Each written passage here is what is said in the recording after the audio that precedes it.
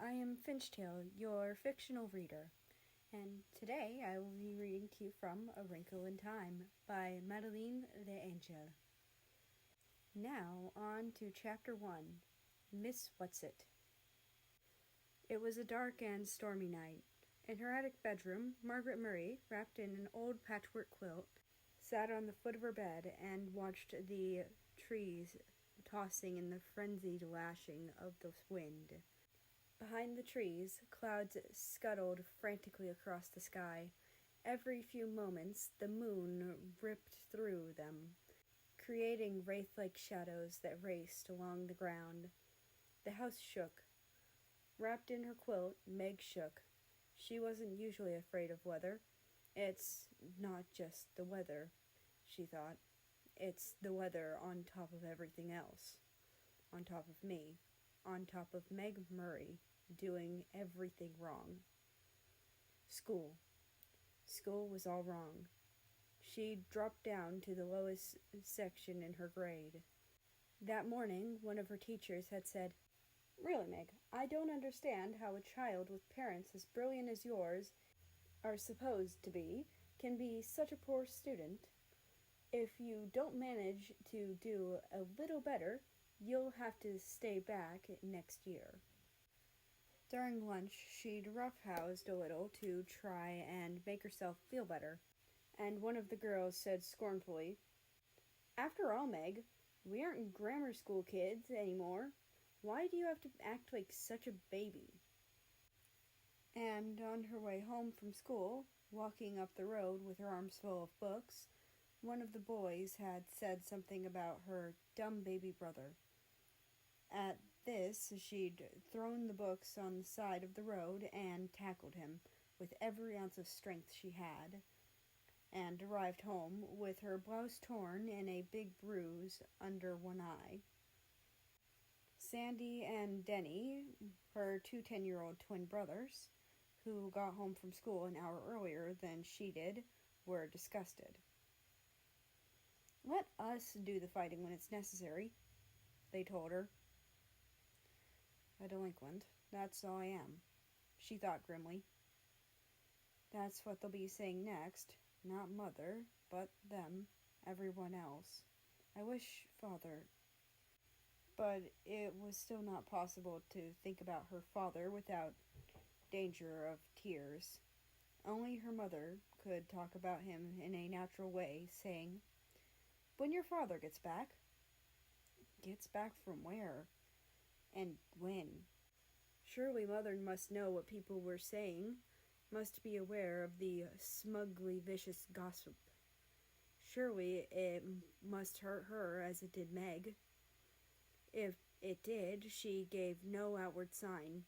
Nothing ruffled the serenity of her expression. And why can't I hide it too? Meg thought. Why do I always have to show everything? The window rattled madly in the wind, and she pulled the quilt close to her. Curled up on one of her pillows, a gray fluff kitten yawned, showing its pink tongue, tucked its head under again, and went back to sleep. Everybody was asleep. Everybody except Meg.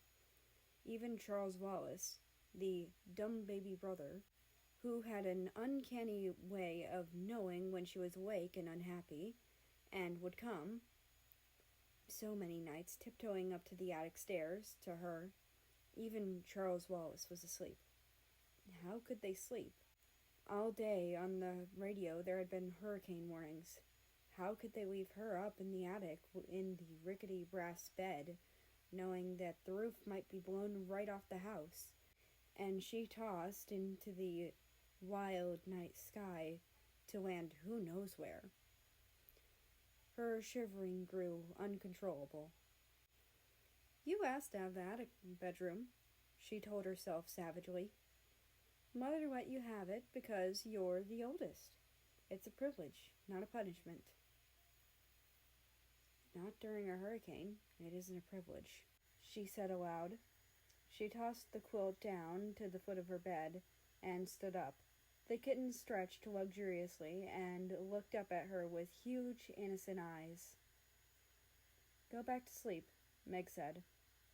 Just be glad you're a kitten and not a monster like me. She looked at herself in the wardrobe mirror and made a horrible face, bearing a mouthful of teeth covered in braces. Automatically, she pushed her glasses into position, ran her hands through her mouse-brown hair so that it stood wildly on end, and let out a sigh almost as noisy as the wind. The wide wooden floorboards were cold against her feet.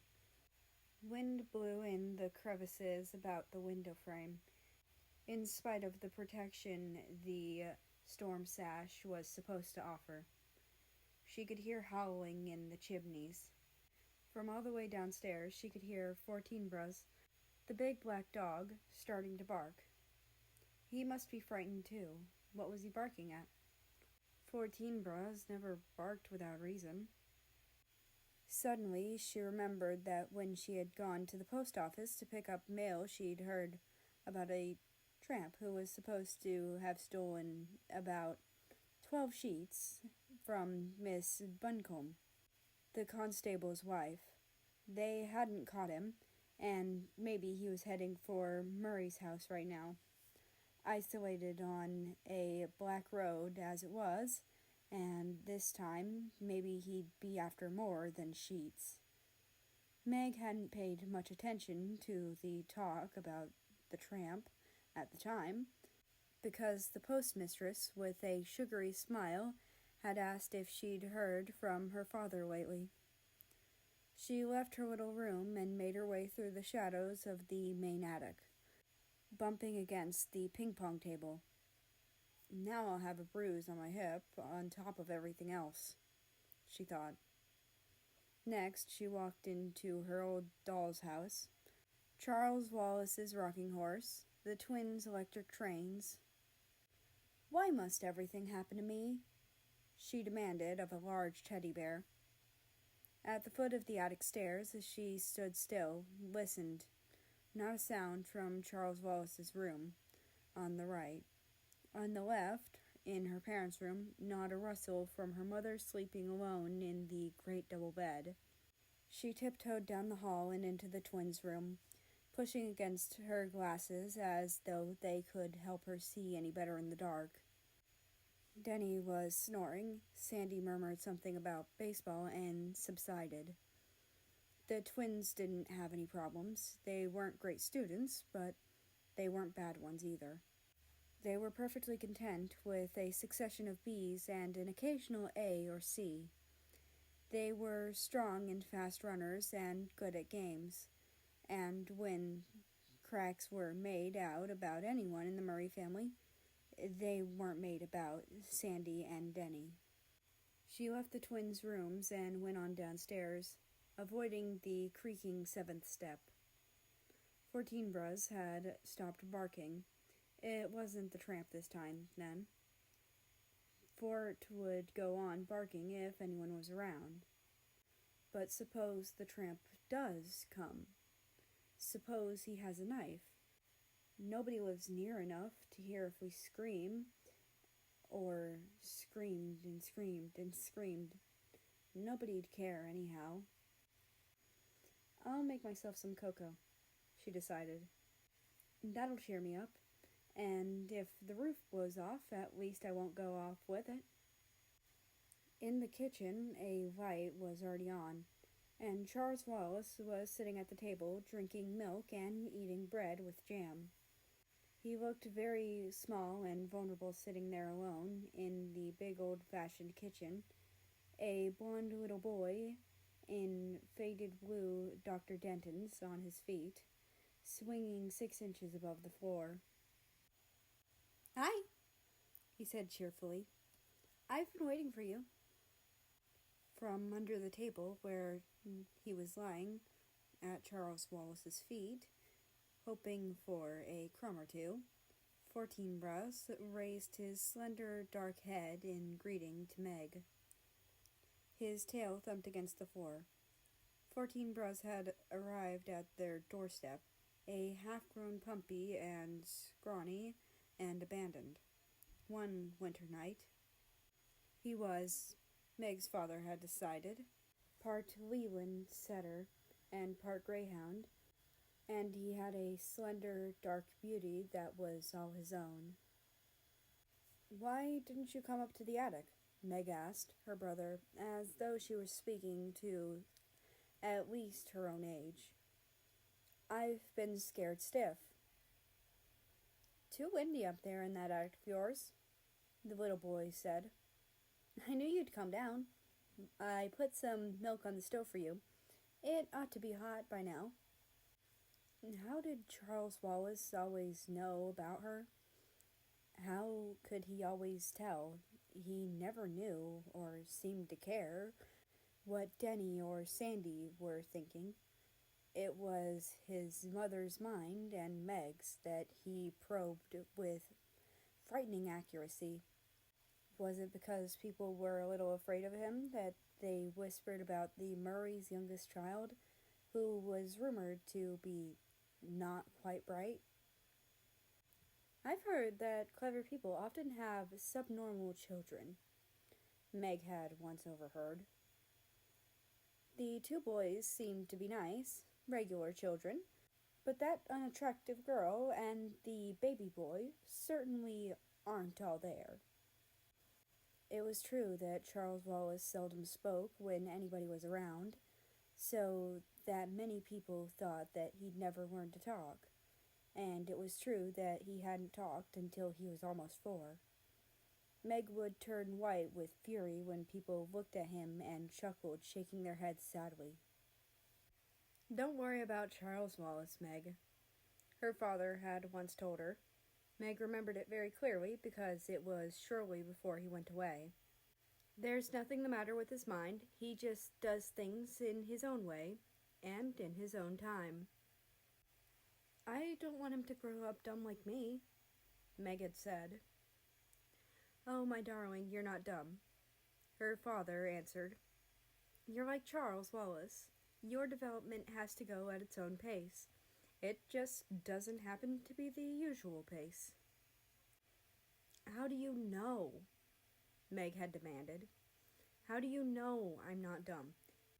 Isn't it just because you love me?" "I love you, but that's not what tells me. Mother and I've given you a number of tests, you know."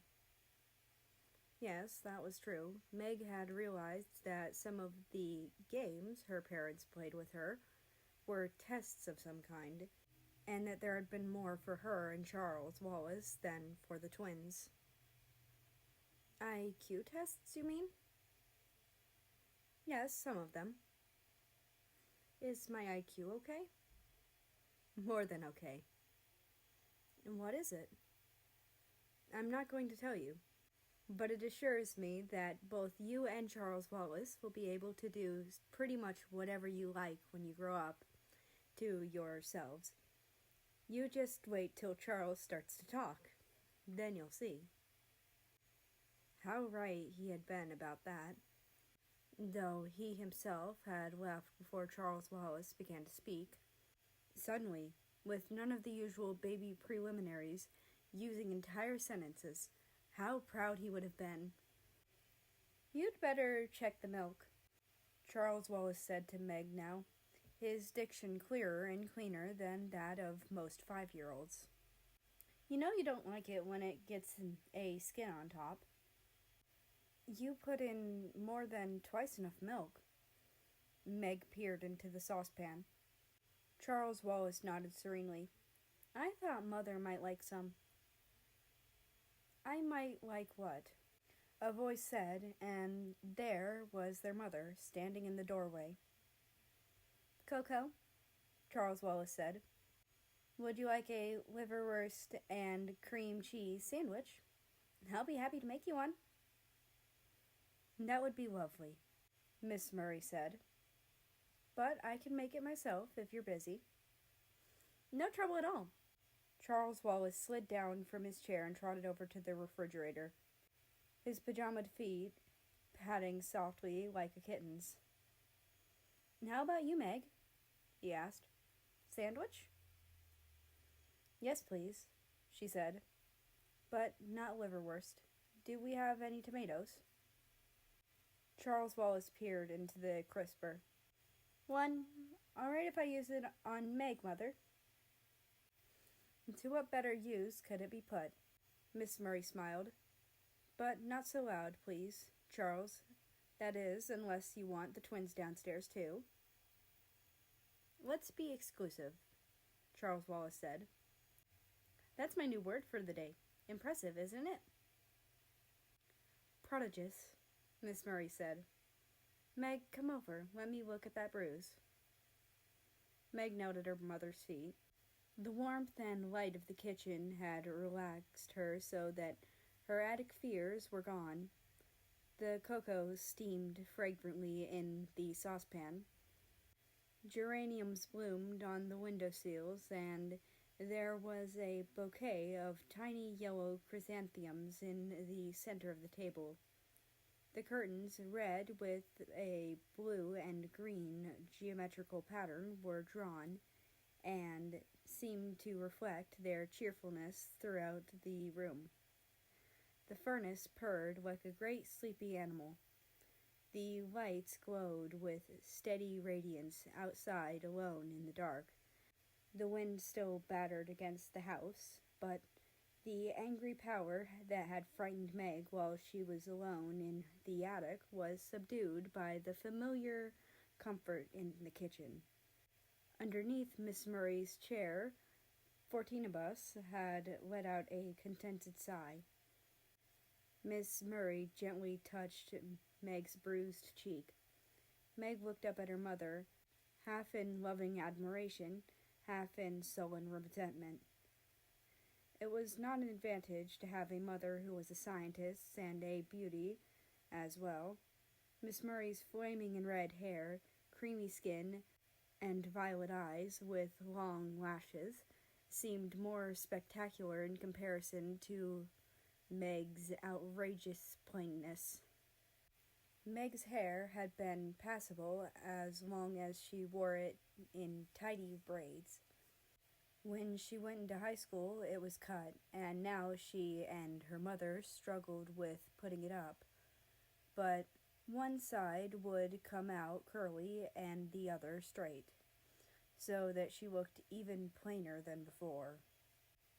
You don't know the meaning of moderation, do you, my darling? Miss Murray asked. A happy medium is something I wonder if you'll ever learn. That's a nasty bruise the Henderson boy gave you. By the way, shortly after you'd gone to bed, his mother called up complaining about how badly you'd hurt him. I told her that since he's a year older and at least 25 pounds heavier than you are, I thought that I was the one who ought to be doing the complaining, but she seemed to think it was all your fault. I suppose that depends on how you look at it, Meg said. Usually, no matter what happens, people think it's my fault, even if I have nothing to do with it at all. But I'm sorry I tried to fight him. It's just been an awful week, and I'm full of bad feeling. Miss Murray stroked Meg's shaggy head. Do you know why? I hate being an oddball, Meg said. It's hard on Sandy and Denny, too. I don't know if they're really like everyone else, or if they're just able to pretend that they are. I try to pretend, but it isn't any help. You're much too straightforward to be able to pretend to be what you aren't, Miss Murray said. I'm sorry, Meglet. Maybe if Father were here, he could help you, but I don't think I can do anything till you've managed to plow through some more time. Then things will be easier for you. But that isn't much help right now, is it?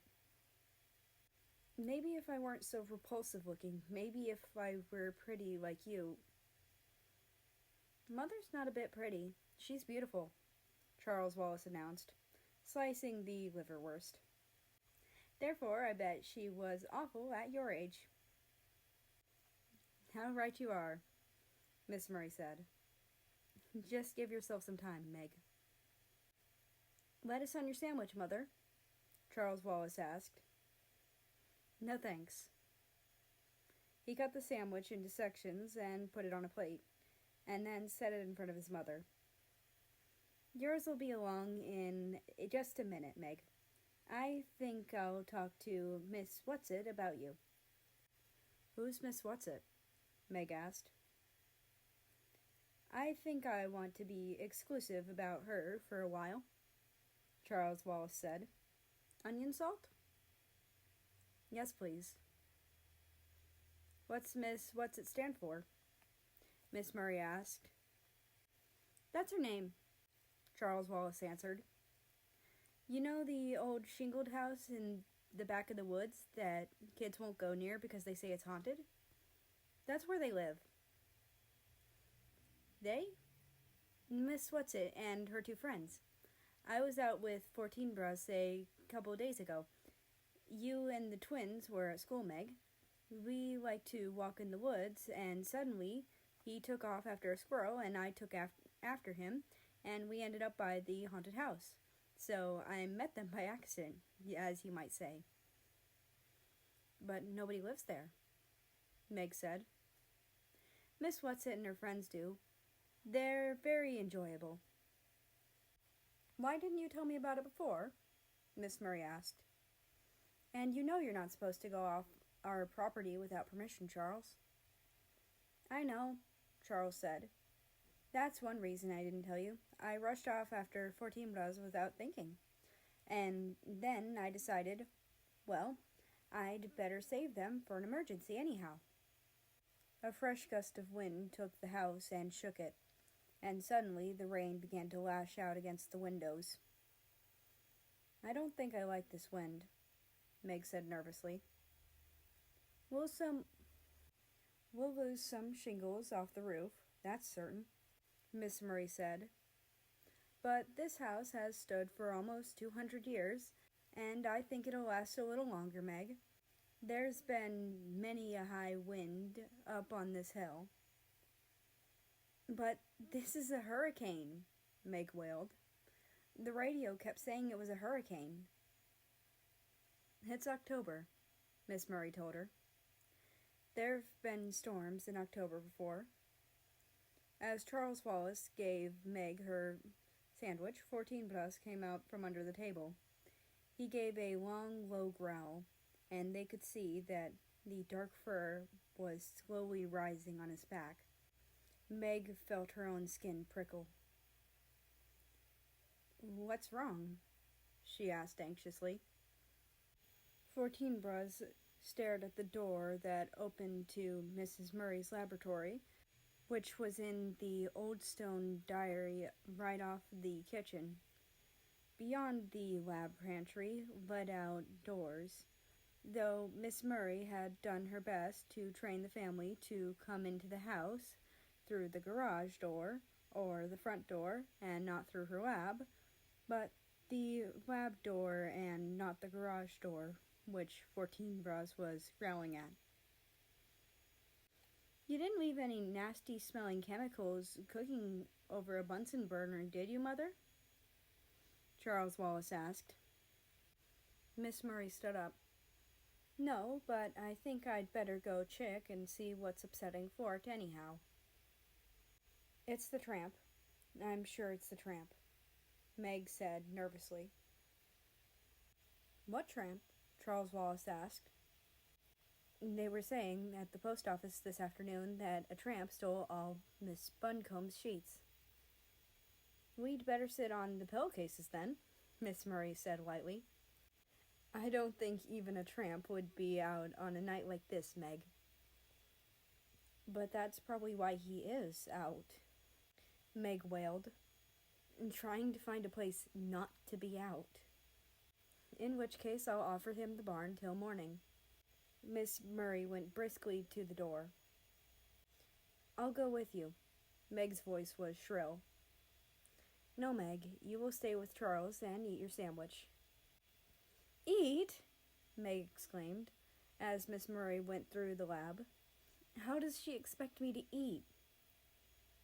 Mother can take care of herself, Charles said. Physically, that is. But he sat in his father's chair at the table, and his legs kicked at the rungs, and Charles Wallace, unlike most small children, had the ability to sit still. After a few moments that seemed like forever to Meg, Miss Murray came back in, holding the door open for, was it the tramp? It seemed small for Meg's idea of a tramp. The age or sex was impossible to tell, for it was completely bundled up in clothes. Several scarves of assorted colors were tied around the head, and a man's felt hat perched atop. A shocking pink stole was knotted about a rough overcoat, and black rubber boots covered the feet. "Miss Whatsit?" Charles said suspiciously. "What are you doing here? And at this time of night, too?" "Now don't you be worried, my honey." A voice emerged from among the turned-up coat collar, stole, scarves, and hat. A voice like an unoiled gate, but somehow not unpleasant. "Miss, Whatsit says she lost her way," Miss Murray said. "Would you care for some hot chocolate, Miss Whatsit?" "Charmed, I'm sure," Miss Whatsit answered, taking off the hat and stole. "It isn't so much that I lost my way as it is that I got blown off course, and when I realized that I was at Charles Wallace's house, I thought I'd just come in and rest for a bit before proceeding on my way." "How did you know this was Charles Wallace's house?" Meg asked. "By the smell." Miss Whatsit untied her blue and green paisley scarf, a red and yellow flowered print, a gold Liberty print, a red and black bandana. Under all this, a sparse quantity of grayish hair was tied in a small but tidy knot on top of her head. Her eyes were bright, her nose a round, soft blob, her mouth puckered like an autumn apple. "My, but it's lovely warm in here," she said. "Do sit down," Miss Murray indicated to a chair. "Would you like a sandwich, Miss Whatsit? I've had liverwurst and cream cheese. Charles had a bread and jam. Meg a lettuce and tomato." "Now, let me see," Miss Whatsit pondered. "I'm passionately fond of Russian caviar." "You peaked!" Charles cried indignantly. "We're saving that for Mother's birthday, and you can't have any." Miss Whatsit gave a deep and pathetic sigh. "No. Now you mustn't give in to her, Mother, or I shall be very angry. How about tuna fish salad?" "All right," Miss Whatsit said meekly. "I'll fix it," Meg offered, going to the pantry for a can of tuna fish. For crying out loud, she thought. This old woman comes barging in on us in the middle of the night, and Mother takes it as though there weren't anything peculiar about it at all. I bet she is the tramp. I'll bet she did steal those sheets, and she's certainly no one of Charles Wallace's ought to be friends with, especially when he won't even talk to ordinary people." "I've only been in the neighborhood for a short time," Miss Whatsit was saying as Meg switched off the pantry light and came back into the kitchen with the tuna fish. "And I didn't think I was going to like the neighbors at all until dear little Charles Wallace came over with his dog." "Miss Whatsit," Charles demanded severely, "why did you take Miss Buncombe's sheets?" "Well, I needed them, Charles dear." "You must return them at once." "But Charles dear, I can't. I've used them." "It was very wrong of you," Charles Wallace scolded. "And if you needed sheets so badly, you should have asked me." Miss Whatsit shook her head and chuckled. "You can't spare any sheets. Miss Buncombe can." Meg cut up some celery and mixed it in with the tuna. After a moment's hesitation, she opened the refrigerator door and brought out a jar of sweet little pickles. Though why I'm doing it for her, I don't know, she thought as she cut them up. I don't trust her one bit. "Tell your sister that I'm all right," Miss Whatsit said to Charles. Tell her my intentions are good." "The road to hell is paved with good intentions," Charles intoned. "My, but isn't he cunning?" Miss Whatsit beamed at him fondly. "It's lucky he has someone to understand him." "But I'm afraid he doesn't," Miss Murray said. "None of us are quite up to Charles." "But at least you aren't trying to squash him down." Miss Whatsit nodded her head vigorously. "You're letting him be himself." "Here's your sandwich," Meg said, bringing it to Miss Whatsit. "Do you mind if I take off my boots before I eat?" Miss Whatsit asked, picking up the sandwich nevertheless. "Listen." She moved her feet up and down slowly in her boots, and they could hear the water squelching. "My toes are ever so damp. The trouble is that these boots are a mite to get off for me, and I never take them off by myself." "I'll help you," Charles offered. "Not you. You're not strong enough." "I'll help." Miss Murray squatted at Miss Whatsit's feet, yanking on the one slick boot. When the boot came off, it came off suddenly. Miss Murray sat down with a thump, Miss Whatsit tumbling backward with the chair onto the floor, sandwich held high in one claw. Water poured out of the boot and ran onto the floor over the big braided rug. "Oh, dearie me," Miss Whatsit said, laying on her back in the overturned chair, her feet in the air, one red and white striped sock, the other still booted. Miss Murray got to her feet. "Are you all right, Miss Whatsit?"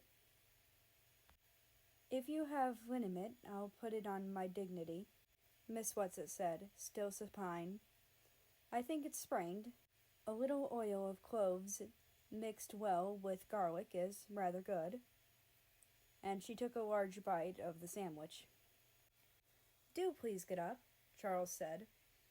"I don't like to see you lying there that way. You're carrying things too far." "Have you ever tried to get to your feet with a sprained dignity?" But Miss Whatsit scrambled up, righted the chair, and then sat back down on the floor. The booted foot stuck out in front of her, and took another bite. She moved with great agility for an old woman. At least Meg was reasonably sure that she was an old woman, and a very old woman at that. Miss Whatsit, her mouth full, ordered Miss Murray.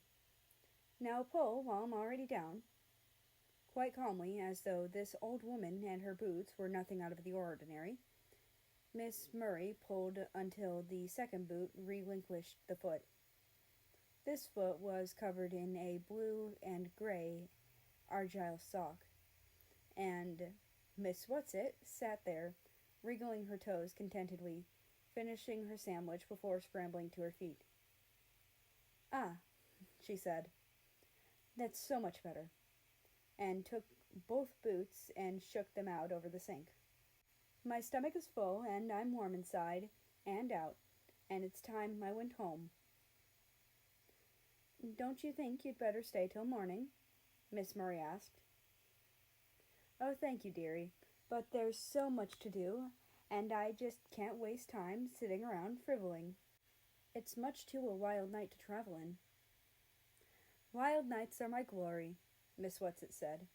"I just got caught in a downdraft and blown off course." "Well, at least till your socks are dry." "Wet socks don't bother me. I just don't like the water squishing around in my boots. Now don't worry about me, lamb."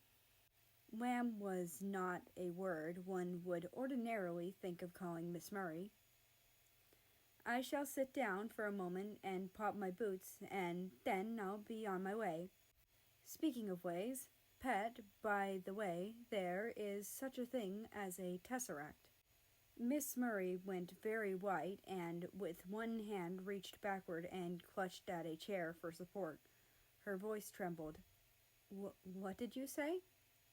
Miss Whatsit tugged at her second boot. "I said," she grunted, shoving her foot down in, "that there is," shove, "such a thing," shove, "as a tesseract."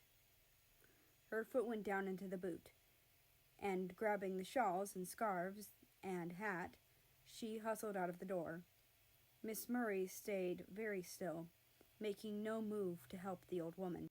As the door opened, Fortinbras streaked in, wet and shiny as a seal. He looked at Miss Murray and whined. The door slammed. "Mother, what's the matter?" Meg cried. "What did she say? What is it?" "The tesseract," Miss Murray whispered. What did she mean? How could she have known? And that's the end of Chapter 1. I hope you enjoyed. I plan on posting chapters soon as I can. I can't guarantee every day, but I will try. That being said, I hope you have a nice rest of your day, night, or whatever it happens to be. And hopefully I'll see you tomorrow.